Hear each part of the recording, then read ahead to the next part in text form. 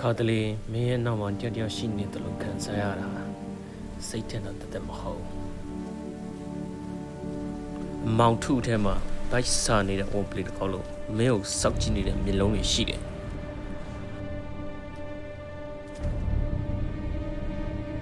အော်ဟစ်ဖို့ကြိုးစားခဲ့ပေမဲ့မင်းရဲ့အတန်တွေကမောင်ထဲမှာပျောက်ဆုံးသွားခဲ့ပြီစစ်ကပ်ပိုက်အတွင်းမှာပဲမင်းတီးတဲ့ကဘာကြီးကစောက်ထုံမိုးမျိုးဖြစ်သွားပြီဒီခီးကဘယ်ကိုသွားမလဲဆိုတာမင်းမသိဘူးဒါပေမဲ့မင်းတီးတာတခုကတော့ပြန်လမ်းရှိတော့ဘူးဆိုတာပဲလူသူကင်းဝေးတဲ့နေရာအကူညီမဲ့နေတဲ့အချိန်ဒါဟာမင်းရဲ့အဆိုးဆုံးအိမ်မက်ဆိုရီစက်တစ်တဲ့နေရာပဲချီလာတိုင်းကဒီမင်းစီကိုနီးကပ်သွားလို့ပြောဒီအေးစစ်တဲ့နိုင်အတူကမင်းရဲ့လူဝဲချစ်တူကိုထိမ့်သိမ့်ထားလိမ့်မယ်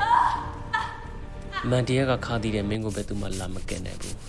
ခုတော့ဂိမ်းကစပြီမင်းရဲ့အသက်ကိုဘယ်လောက်ထိတန်ဖိုးထားသလဲမောင်မိုက်သွားတဲ့နောက်ဆုံးအချိန်မှာမင်းကြားရမယ့်နောက်ဆုံးအတန်ကတော့